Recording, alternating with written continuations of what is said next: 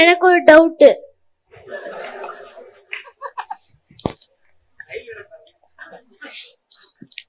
எத்தனை ஏஜ்ல இருந்து ஐஏஎஸ் ட்ரைனிங் எடுக்கலாம்? ராஜா உங்க ஏஜ் என்ன முதல்ல சொல்லுங்க, உங்க பேர் சொல்லுங்க, உங்க வயசு சொல்லுங்க. என் பேர் அஸ்வத், என்னோட ஏஜ் 9. பா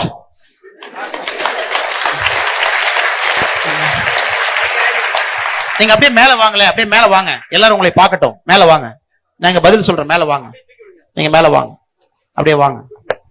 இந்திய சரித்திரத்துல 9 வயசுல ஒரு தம்பி வந்து ஒரு மைக் எடுத்து வாங்க ராஜா.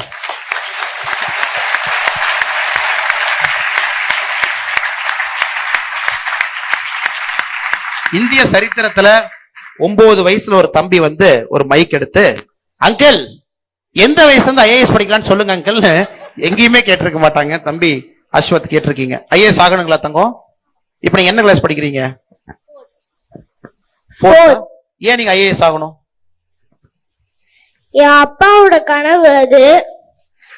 அப்பாவோட கனவை நிறைவேற்றணும்னு ஆசைப்படுறேன். அதனால நான் ஐஏஎஸ் ஆகணும்னு முடிவு எடுத்திருக்கேன்.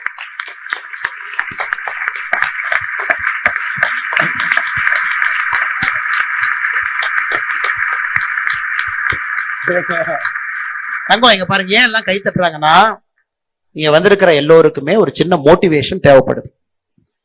உங்களை பார்த்து எல்லாரும் மோட்டிவேட் ஆயிட்டாங்க. இன்னைக்கு ஒரு தம்பி 9 இயர்ஸ் அஸ்வத் வந்து எவ்வளவு அழகா மேடை மேல் ஏறி பயம் இல்லாம என்ன கேள்வி கேட்கிறாங்கன்னு.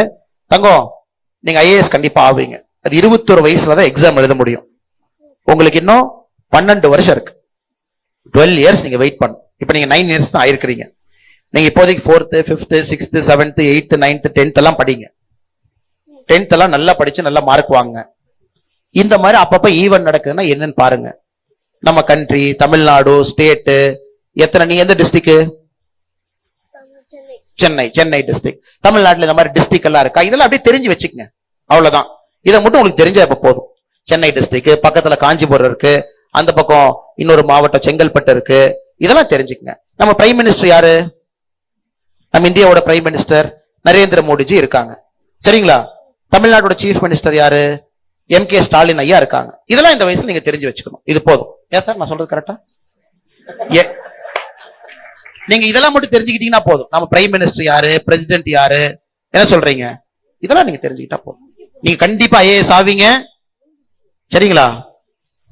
தமிழ்நாட்டுக்கே வருவீங்க, சென்னைக்கே கலெக்டரா வருவாரு. நல்லா பண்ணுங்க அஸ்வந்த். சரியா? தேங்க்யூ.